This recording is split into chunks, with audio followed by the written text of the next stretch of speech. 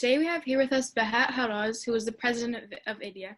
Bahaa is the third-year student at UMD who is studying computer science and physics with an interest in research. He got involved in ILIA about 3 to 4 years ago as a volunteer, then as an intern, and eventually took lead of the organization back in 2019, with the main goal of sharing the valuable experiences he's had at ILIA with his peers. We've invited him here today to gather his input and opinion on current youth needs. So first off, I want to start by asking you, what is the main challenge that youth face today? Thank you so much, Sumaya. You're doing great work as an intern, and doing these interview series. These are excellent videos and content. Your question, what do you think is the main challenge for youth today? I think the main challenge is that maybe youth don't necessarily know themselves yet. And I don't mean on a shallow level like, yeah, my name's Bahaa and I like video games and computer science, but I mean more on a very deep level. And the reason for this is because, a lot of youth maybe haven't had many experiences yet. And it's through these experiences that people really get to know themselves. Like that first time you really have to have a hard conversation with somebody. You have to maybe tell a team member, for example, that I can't work with you anymore. It's not working. We're going to have to split ways. And maybe say you want to be a doctor or something. And after that conversation, you realize, a few months down the road, like, I'm really bad at this. This is something that maybe I need to improve on, or maybe this is something that I don't want to do again. Maybe I can't spend my time telling like a mother that her child is sick. So maybe instead I go into research and I help people get better that way. I develop cures, as an example. Or maybe that first time you're really tight on money and you look back a few months and you say, man, in that moment I was desperate. I would have done anything. Or maybe you look back and say, in that moment, I was actually patient. I was able to just, go on.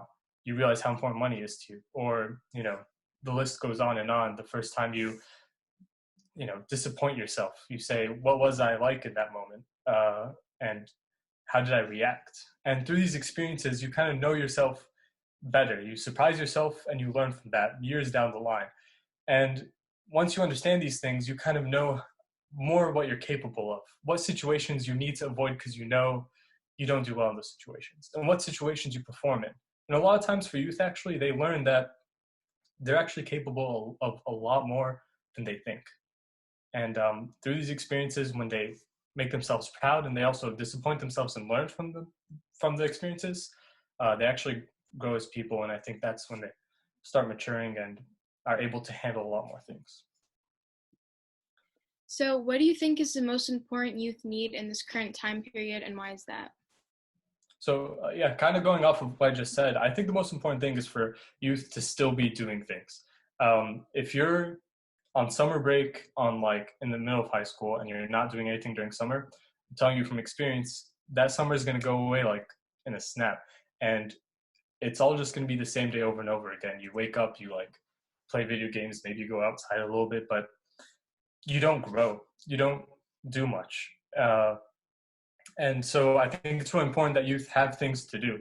Even if you're sitting at home and say you have a small interest in graphic design, you get on the computer and you make a logo and you make another logo. And then you go onto a website and you find somebody saying, I need somebody to make a logo for my company. You make a logo for him and you get rejected and you get rejected and you get rejected until you get accepted. And through that experience, as I said earlier, you realize, man, I love this, or maybe you hate this. But regardless, not only did you get better at graphic design, you also got better at putting yourself out there. And that's just one example. Even if you're just working out every day, you say, this summer I'm going to work out every single day, something that isn't going to go on your resume, but it's something that at the end of the summer you're going to look back and say, I was able to do it. I worked out every day and now I'm really strong. Or maybe you say, I slacked here and there, and why did I slack? And what did I learn from that? So really just getting out there and doing things and being involved in things. And a lot of times I gave examples of doing things alone, but doing things with the team, makes a huge difference, keep you motivated. And, a lot of people together can do a lot more. So, since every person is different in their own way, so do you think that all youth require the same type of needs, like the same need to be engaged and to join programs? No, I think definitely every person is different, of course, and everybody is at a different point in their lives. They might be the same age, but completely different points in their lives. But on the other side of that, I think there are things that will definitely benefit everyone. I mean, exercising benefits everybody. So the needs are different, but it doesn't mean that, oh, I'm in this situation, so I don't need this certification. I don't need this program. But in reality, you'll benefit from everything in some extent. I could be studying computer science, as I did when I joined ILIA, and I started doing nonprofit charity work. Very far things, dealing with computers, dealing with people. And I learned 50 times more dealing with people and being put in those tough situations than I did sitting in front of the computer and being like, oh, here's another error message. Let me fix it. So, how do you think youth's lives would be impacted if these needs are taken away from them? So how would a youth life be impacted if they didn't have these opportunities to do things, right? I'd say they wouldn't understand themselves, kind of going back to that first point. They wouldn't be doing things and they just kind of be in the same point in their growth as a person. They would also kind of get used to just like being complacent and not moving things forward. Uh, it's easy. Everybody has that part of them that just wants to lay in bed all day. I know I do. But also, you have to learn how to counter that, live a balanced life, and get up and do things. So, if, for example, I never joined ILIA, I never had the internship program, I would be a completely different person than I am today. I would still not have the social and speaking skills that I would have today. I would not have a lot of the friends that I have today. I would not have the ability to present my work that I do have today. And I mean, I have, alhamdulillah, like other internships and opportunities, and I guarantee you I did not get those opportunities because I'm just like an amazing programmer.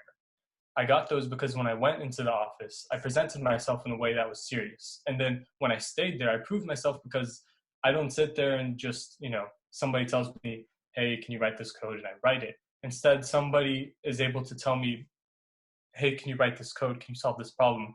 And I come back a week later and I'm like, I solved the problem comprehensively. Here's the next steps for maybe how to grow. That workflow wouldn't have existed if I never joined ILIA, for example, where I was just told we have these problems in this community. There's these problems that to me at the time just sound unimaginable to solve. What would I do to help, families in Baltimore who don't have a place to put their children during summer, or start a scholarship, or to help youth get more internship opportunities. At the time, I thought I could do nothing, but being put in that very tough situation and just working towards it changed my life. And that's why it's important, I guess, to keep the opportunities for youth to go out there and do things rather than stay on the back burner and then suddenly be expected to go lead the country, the nation, the community. So, you mentioned that it's important for youth to live a balanced life. What advice do you have for any youth that are struggling with this? I'd say the biggest thing, first of all, is to realize that you're not alone. You're not the only one who's like struggling with this. Second of all, it's not just because you're immature. I think every person in the world struggles with this. That's the daily challenge, really, to get yourself to go out there and do things. And the third thing is just to look at your time critically and say, I wake up for example, let's say I wake up at 12 p.m. I'm on my phone for 2 hours, then I get off my phone and I like eat, and then I might do a little bit of work, and then I play video games until I fall asleep. That could be your day, for example. And like I've lived that day before, and I've had to get out of it. And my advice is first, if you're, especially for the Muslim people out there, really adhere to the 5 prayers. It puts a very good framework around the day. Early morning, middle of the day, in the afternoon, as the sun sets, and at night, right? It at least gives you a framework. And if you don't have that, give yourself a framework. I have to say, for example, I have to wake up at 9 a.m. And then you're awake at 9 a.m. and you're sitting at the side of your bed and you're like, well, what do I do now? You have to do something. And the second piece of advice I give is really take small steps. If you want to start working out, don't go out there and run a mile or 5 miles, whatever it is, then lift weights, and then the next day do the same thing. That's going to last for a week, and then you're going to be laying in your bed for a week sore, and then the next week you're going to eat a lot of chips and candy bars. You need to run half a mile, take it easy on yourself, and just, this is part of knowing yourself. Do as much as you can so that you have enough fuel to get up the next day and do it again. And know when you need a break. You don't want to burn yourself out. You don't want to, hit the gas until there's no gas in the gas tank and you're just on the side of the road and it takes so much longer to get where you're trying to go. rather than going there slowly. Jazakallah khairan. Thank you for your But, time, for your knowledge, for your advice, and your input is very much appreciated. yeah, no problem. And thank you so much for setting these interviews up. I really recommend, if you guys are watching this, go watch the other interviews. Really interesting conversations, and be part of the conversation. Leave a comment, send ILIA a message, send me a message. You can find all the information on islamicleadership.org. Thank you. Assalamu alaikum. Have a great day. All right, so.